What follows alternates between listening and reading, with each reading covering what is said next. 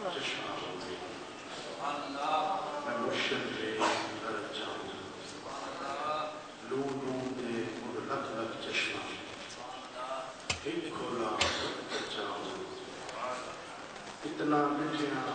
میں صبر نہ آوے کہ میں ہو کہنے ون لگ جاؤں مرشد کا دیدار آؤں میں لکھ کروڑا نہ جاؤں اللہ تبارک و تعالیٰ کی بے حد حمد و ثنا جس ذات نے اپنی ساری مخلوقات کو میں نے اور جوانوں اشرف المخلوق پیدا فرمایا درود نبی پاک علیہ السلام کی پاک ذات ہے جس ذات نے ہر شے میں اس نے الہ قرار دکھایا آئیے تقریب صحیح میلاد النبی صلی اللہ علیہ وسلم کے عنوان کو منعقد پذیر اللہ پاک اسا سارے حاضرین قبول اور منظور فرمائے میں ممنون اور مشکور ہوں محمد نوید سروری قادری اور انہوں نے محنت کرنا رہا جنہوں نے اہل علم بلاد نے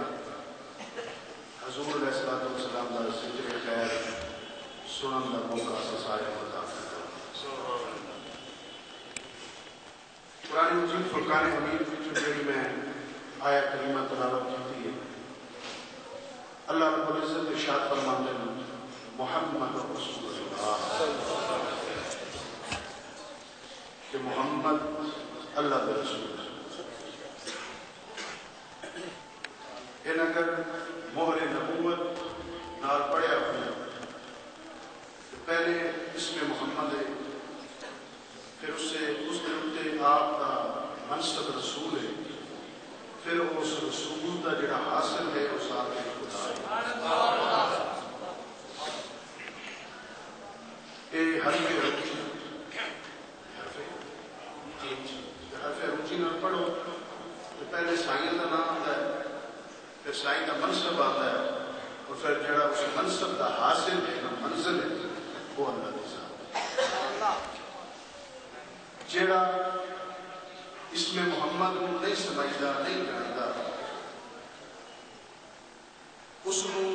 منصب رسالت فائدہ نہیں دیتا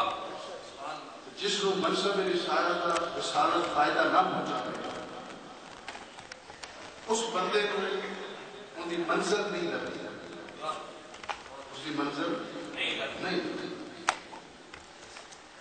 ہر عبادت گزار بندے کا خیال ہی ہوتا ہے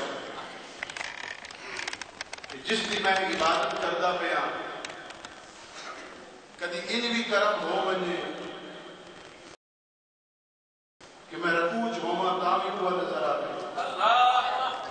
کہ میں سجدے بنے تا بھی ہوا نظر مقصد حاصل عبادت کا ہی ہے میرے مرشد کریم حضور سلطان العارفین عارفہ میں بادشاہ آپ فرماتے ہیں کہ اللہ رب العزت نے روحاں کو پیدا کیتا اور روحاں کو پیدا کرنے تو بعد دنیا دے جلدے دیتا تو بے شمار روحاں دنیا وچ غرق ہو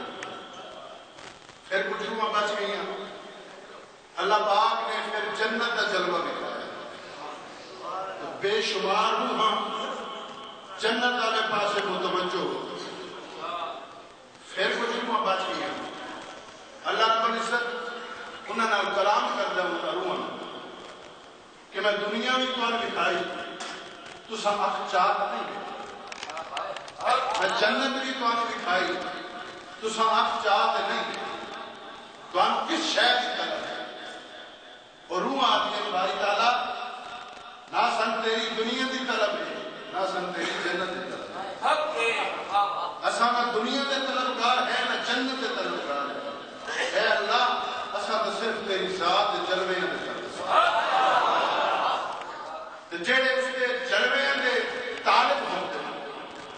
انہوں نے حسن سے نور نکھر